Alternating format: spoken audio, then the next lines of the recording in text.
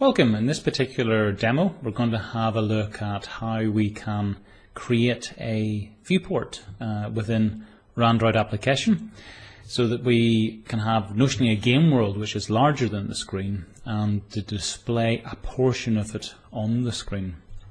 So what we'll do first of all is we'll just actually fire this up and we'll have a little look at how the thing runs. Generally, we'll use this in a wide range of games, be it from scrollers or platformers or anything where we do want to give the appearance of moving through a fairly large world. So we're firing up our Viewport Test, and here we actually have a total of 4 viewports available on the screen. We have 2 on the upper side where we're notionally flying up through a range of planets, and 2 of the viewports show exactly the same thing. We're just happen to scale them differently. And on the bottom one, another 2 viewports where we're scrolling down the way. So we want to have a look about how we can create a type of environment that gives us the perspective or a different view into our game world. And you can see we're going to write it in a way that's quite flexible, where if we wanted to have say a side-by-side game or to have 2 different viewports for 2 players, doesn't particularly translate well into some tablet games. But we can do that, and we're also showing we can scale it as well, that we can determine how much scaling is applied to the world view when we get to display it on the screen. So we're interested in this Viewport Test fragment, and this is actually quite a large piece of code, so we want to go through this. Whilst it is large, it's not that displaying to the viewport is difficult. It's rather there's a few things within this here that sort of that increase the size of the code base for it. But we'll have a look down through this. So we have a fragment, and simply for the reasons of the purpose of this demo, we put everything together into one big class, and really that's the reason it's large. It should be separated out into many smaller classes. What do we have within this? We're actually going to have 2 worlds, game worlds, and these will be the container of our game. Notionally, this is where the game is played, where we define and store game objects, into which we will have a layer viewport, which is the portion of the world that we want to display on the screen. Why do we have 2? We have one which is game world with positive Y pointing up. That's normally the way positive Y. If you think about the Y-axis, the X and the Y-axis, a positive Y is upward facing. And we're going to declare another one, game world, where positive Y points down. And you'll see why in a little bit where we have those 2 things. Well, I can tell you, when we're thinking about the screen, so normally for the screen, the 0, 0 pixel is up in the top left. Positive X, you move to the right. Positive Y, you move down the screen. So in terms of screen coordinate system, also bitmap coordinate system, positive Y points what we perceive to be downwards.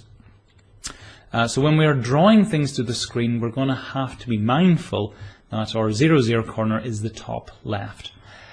That isn't overly useful whenever we want to think about a world. If we had a world with different platforms at different locations, there we normally want positive Y to point up the way. So this will make our life slightly more complicated, because we will have to do a conversion from different coordinate system where Y is in some cases upwards pointing for positive Y, and in other cases downwards pointing. But you'll see here the 2 examples that we're using. We also have a render view object, and this is effectively our screen view, and this is what we will be rendering the viewports to. We've got our onCreate, and all we're doing in our onCreate, this one is we're creating our 2 worlds. Our onCreate view, we're creating our render view as the view that's returned to be drawn. Now, I'm going to return to these in a second. So we have a chunk of code here for our world where positive Y points upwards. So I'm just going to skip over that now. And we have a chunk of code down here for our world where positive Y points downwards. And actually, it's going to be fairly similar, but I'll skip over that. Down at the bottom, we have our render view, and this is the view object that we are displaying. So I want to look at this one first of all. What we declare within this is a total of 4 viewports. So whenever I was running the game, each of the rectangles that we have declared over here corresponds to a viewport on the screen. So these are the different views of the game that we happen to be displaying. Top left, top right, bottom right. So that's what they are. When we create a render view, we are giving these sizes, and the minute that they're hard-coded sizes, they don't really sort of take into account the device size. If you were doing, for example, a split viewport game, then you would want to look at, well, how big is the view that we have at this particular point, and then to size it appropriately. Here, they're just hard-coded in. So I could, for example, change this. So we have, say, the one at 50/50 to 500/500. If I wanted to, I could make this, say, 100/300. Run this. And if we were then to push this out and to have a look at it, when it gets deployed out, we would see that this particular viewport has now changed. Run the viewport test. And we now have over here a viewport which is 100/200. And you can see actually we're squeezing the world into this particular space. We're actually changing the perspective of it as well. So depending upon how we change the viewports over here, this will determine what we get to see on the screen. We've got a draw method, and this is what we will be calling fairly frequently. We're being cheeky because we're updating our world, and when we say update, we're moving the viewport. Really, we'd be doing this in a proper game loop where we'd have a separate update and draw and just sticking it all in one at this point in time, but ideally you wouldn't do this in a proper game.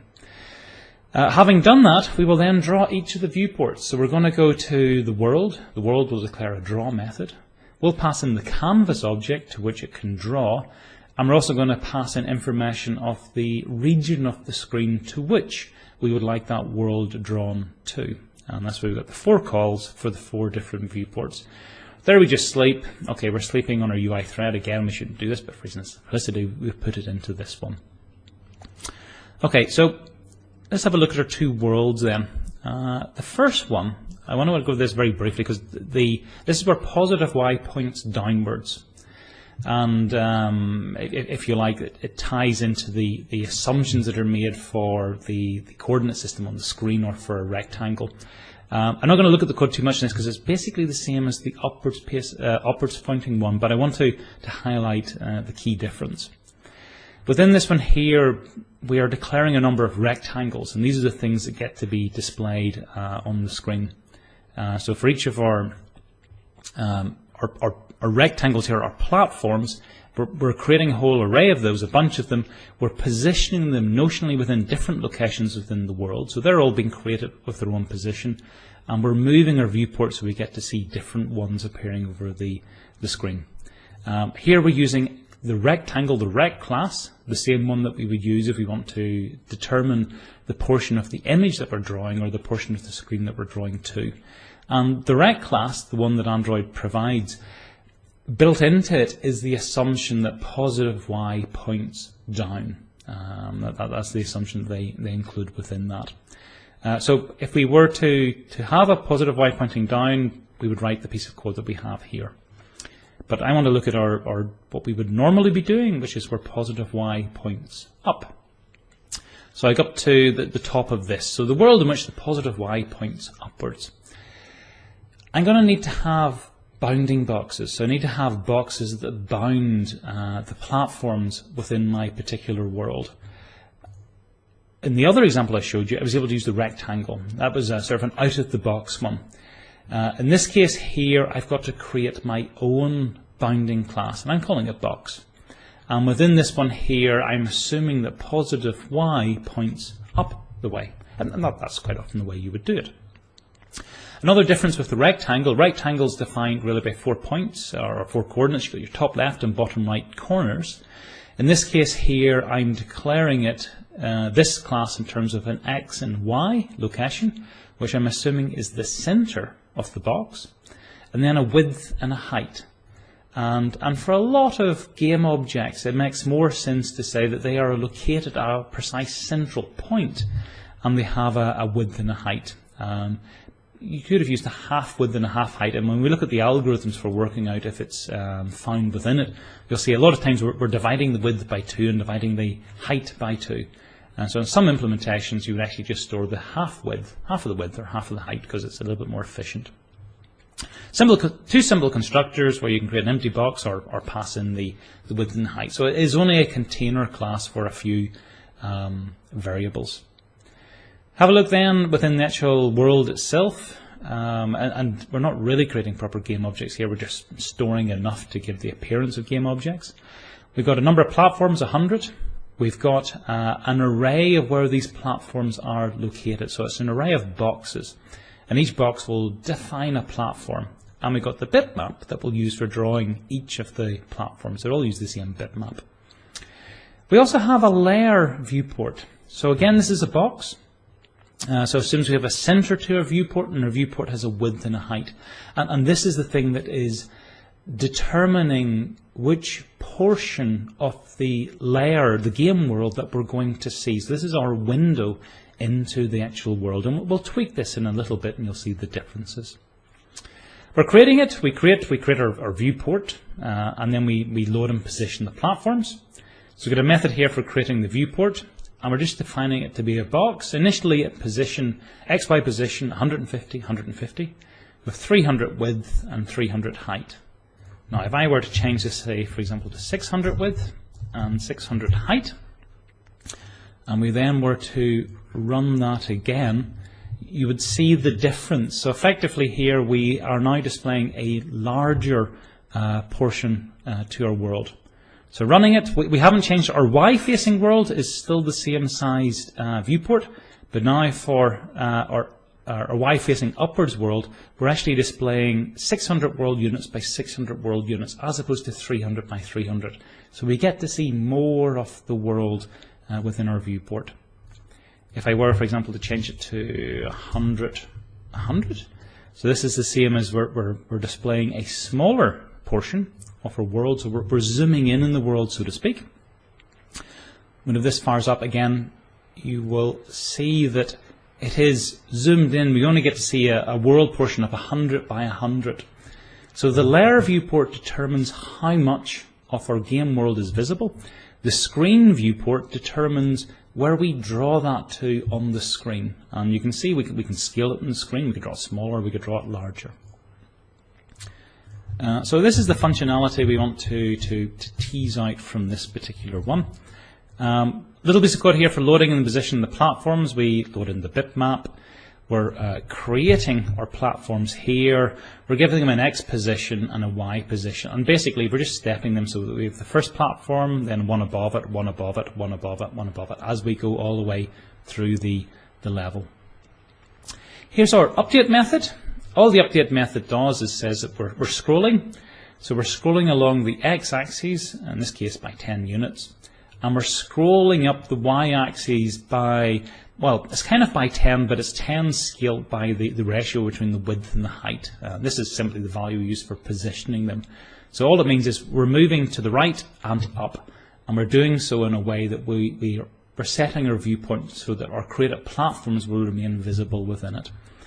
Little bit of code here just to see once we've gone off the M, we'll revert back to the beginning. Okay, so much for our setup. We're now getting on to the important bit, and this is the one where we have a look at how we actually draw it out. I'm going to do this reasonably quickly because the lecture where we looked at viewports, it actually breaks it down in more detail. So this is really an implementation of very much the thing that we explored within the lecture. So I'll direct you to the lecture content by way of understanding why we're doing things and how we're doing things. What we're going to produce are two rectangles, and these are rect classes, so these are where positive y points down. We'll have a source and we'll have a screen rectangle. The source rectangle will be the section of the bitmap that we're copying onto the screen, and the screen rectangle is the bit of the screen that we're copying to. We've got a draw method, we're given the canvas, and we're also told, okay, well here is the viewport for the screen. So we know this is the region of screen we're drawing to, and the screen rec then will be a component or a part of this screen viewport that we're drawing this particular part of the image to. First thing we do down here, and the lecture talks about this in more detail, is that we look at the scaling factor. So how does the width of the screen compare to the width of the viewport? And roughly speaking, if our viewport is, for example, 400 units and our screen is 200 units, then something that is, say, 10 units within our layer will want to scale down so it fits, say, within 5 units on the screen. So we work out the scaling factors. We're then iterating through each of our platforms, and we're going to test each of the platforms to see, well, do you appear on the screen? And you can see here we've got the center of the platform. We're going away half of its width, comparing it to the layer compared to half of its width. So we're considering, in this case, for example, the left-hand side of the platform against the right-hand side of the viewport. And you see there's lots of divide by 2, so sometimes it is more convenient to store the half width as opposed to the width. For that if those conditions are true, it means that it is definitely the case that the rectangle or the box falls within the viewport. So there is something that we will want to draw. Now that we know that there's something we want to draw, we have a look at the actual image that we have available for drawing. And we're going to do a scaling between this and also the width of it in terms of layer units. And this takes into the case that it may be, the width may be 5 units wide within our game world, but we could have a bitmap that is 500 pixels wide. So this works out how many pixels we want to select from our bitmap to represent this particular object in terms of its world units. Down here we're calculating the source X and the source Y. How we calculate those are explained within the lecture. And we're calculating the source width and the source height. And again, how we do that is explained within the lecture. At this point, we have all that we need to set up the source rectangle. So we know the region of the bitmap associated with the object that we're drawing within our game world. And we can create a source rectangle, positive Y pointing down, for this particular draw. Having done that, we're largely doing more or less the same thing, except now we're working out where we're drawing to on the screen. So we work out the on-screen location, the X and the Y, relative to the screen viewport, and we simply scale the source width and source height by the screen scale factor. And we set up a rectangle for that. Finally, down at the end, we've done all of the work. We go to the canvas, we say we want to draw this particular bitmap. We've worked out the region of that bitmap that's visible within the layer. And we've worked out the region on the screen that we are drawing that to. And then we draw it. And that's it. I mean, it's a reasonably complex method, but that is all that we need to provide the viewport. And it's quite flexible because we can then have as many of these as we want. We can change the parameters to zoom in, to zoom out, to scale it depending on different screens. And that's all we want to cover within this particular demo. In some of the later demos where we'll have viewports, we'll be modifying, or modifying is the wrong word, we'll be encapsulating this in a slightly more generic form, so that this is hard-coded in that there's a number of platforms you want to go over. So some of the later demos we will create an explicit method that can pass in notionally a game object, and then from that to be able to determine where it appears. So we'll look at that in one of the later ones.